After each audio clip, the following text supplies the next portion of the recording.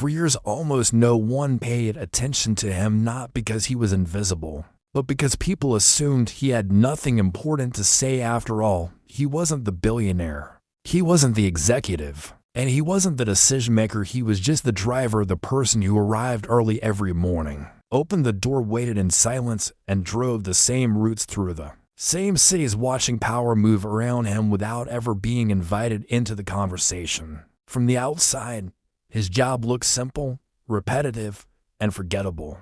But what most people never realize is that proximity creates a kind of access no title can buy. Because when someone spends hours every day sitting quietly beside you, listening without interrupting, without reacting, without trying to impress, they begin to notice patterns that never appear in meetings or interviews. Patterns that only emerge when someone feels unobserved. At first, he didn't think much of it himself. He assumed the billionaire lived a life too complex to distant from his own reality.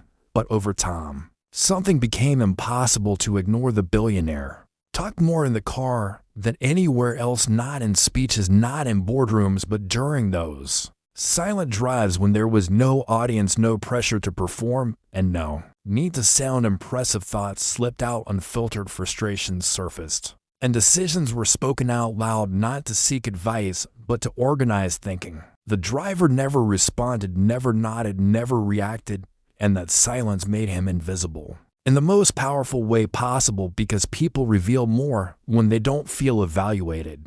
And day after day, he listened, not actively, not intentionally at first, but inevitably absorbing how deals were evaluated, how people were described after meetings ended, what excited the billionaire, and what quietly irritated him. These questions were never asked publicly because public questions invite opinions and politics. But in private, they reveal priorities. And over time, the driver noticed something unsettling. The billionaire rarely talked about money, almost never about status. Instead, he talked about leverage, about time, about positioning himself so that even bad outcomes wouldn't destroy him. Slowly, without realizing it, the driver began to understand why some people move through chaos untouched, while others are crushed by it. Because one afternoon, after a particularly long meeting, the billionaire entered the car and said something that sounded casual, almost dismissive, but would later echo in the driver's mind. For years, most people lose not because they're wrong, but because they stay exposed too long. That sentence didn't trigger any immediate reaction, but in the weeks that followed, the driver heard the same idea, repeated in different forms: deals structured with exits before entries, commitments layered with flexibility, risk never eliminated but carefully limited. And from the outside, it looked like confidence, while from inside the car, it looked like preparation for failure. The driver began replaying conversations in his mind, connecting dots, noticing how the billionaire avoided situations where a single mistake could end everything, realizing he wasn't fearless, he was insulated, and that insulation wasn't built with money but with decisions made long before success was visible. One evening, traffic stalled and the city felt unusually quiet, and the billionaire, staring out the window, broke the silence again, saying that people think power is about control, but it's really about not needing control. A sentence that confused the driver at first, but slowly began to make sense as he watched how the billionaire operated. He didn't micromanage, he didn't chase, he didn't react emotionally. Instead, he positioned himself so that outcomes flowed toward him regardless of small disturbances. And while people around him mistook this for luck, the driver recognized it as design, especially when he noticed how rarely the billionaire spoke about winning, focusing instead on not losing. Decisions were evaluated based on downside rather than upside. How bad this gets. If it fails mattered more than how good it could become if it worked. And that mindset revealed something most people ignore: that fragility ends careers, companies, and lives far more often than lack of ambition ever does. As months turned into years, the driver changed, not externally, no one noticed, but internally. The way he viewed risk, work, and success shifted permanently. He stopped chasing opportunities that looked impressive but left him exposed, became patient, selective, and began seeing the world through the same lens he had absorbed quietly from the passenger seat.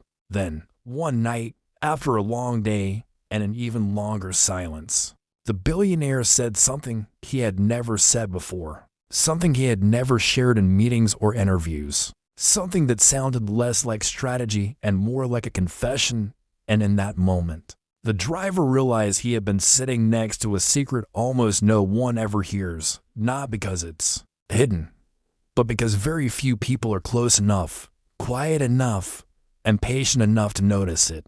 And what the billionaire said next completely changed how the driver understood success, safety, and the true cost of ambition. The billionaire didn't turn his head when he said it. His eyes stayed fixed on the road ahead, as if what he was about to reveal wasn't meant for anyone else, not even the driver. But the words landed anyway, heavy and unfiltered. The biggest danger isn't taking risks, he said. Slowly, it's letting one success convince you that you're immune to consequences. That sentence changed everything for the driver, because until that moment, he had always assumed. The billionaire's calm came from confidence, from having already won the game, but now he understood something far more unsettling. The calm came from constant awareness of how easily everything could disappear. Over the following days, the driver paid closer attention, not just to what the billionaire said, but to what he avoided. He noticed how opportunities that promised rapid expansion were often declined without hesitation, how partnerships that looked perfect on paper were rejected because of a single dependency, a single point of failure that could collapse the entire structure. One morning, after dropping the billionaire off, the driver sat alone in the car for a moment longer than usual, replaying conversations in his head, realizing that most people live their lives exposed financially, emotionally, strategically, betting everything on one outcome, one job, one deal, one moment going right, while mistaking optimism for strategy. The billionaire had designed his life differently. Every major decision reduced vulnerability instead of increasing it, and success wasn't the result of boldness alone, but of survival through inevitable failure. What struck the driver most was how little ego played a role in these decisions.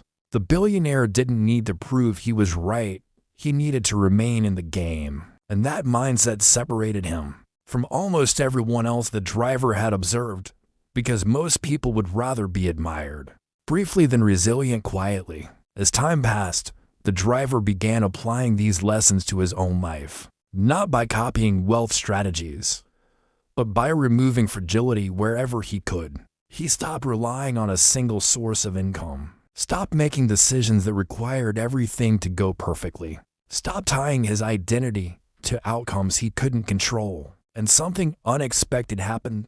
Pressure decreased, clarity increased, and opportunities began appearing not because he chased them, but because he was no longer desperate for them. One evening, years later, after another long drive, the billionaire finally acknowledged the driver directly in a way he never had before. Not with praise, not with authority, but with something closer to respect. You know, he said, most people think I'm calm because I have money, but I have money because I learned how to stay calm when things went wrong. That was the moment the driver understood the full weight of what he had been witnessing all along. Wealth wasn't built on constant wins. It was built on surviving losses without being destroyed by him. The billionaire exited the car. The door closed softly, and for the first time, the driver felt that the lesson had been fully delivered, not as advice, not as motivation, but as a quiet truth revealed over thousands of hours of silence. He realized that success isn't about making the right move every time.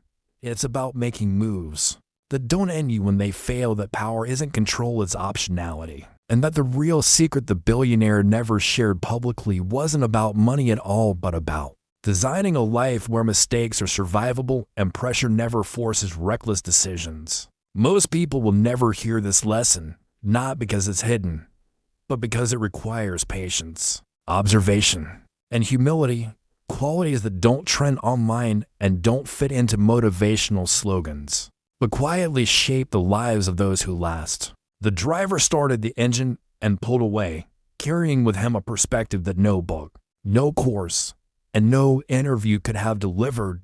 a perspective earned not through ambition, but through proximity, silence, and time. And while the world continued chasing shortcuts to success, he understood something few ever do, that the true advantage isn't moving faster, but building a life that doesn't collapse when the road inevitably gets rough.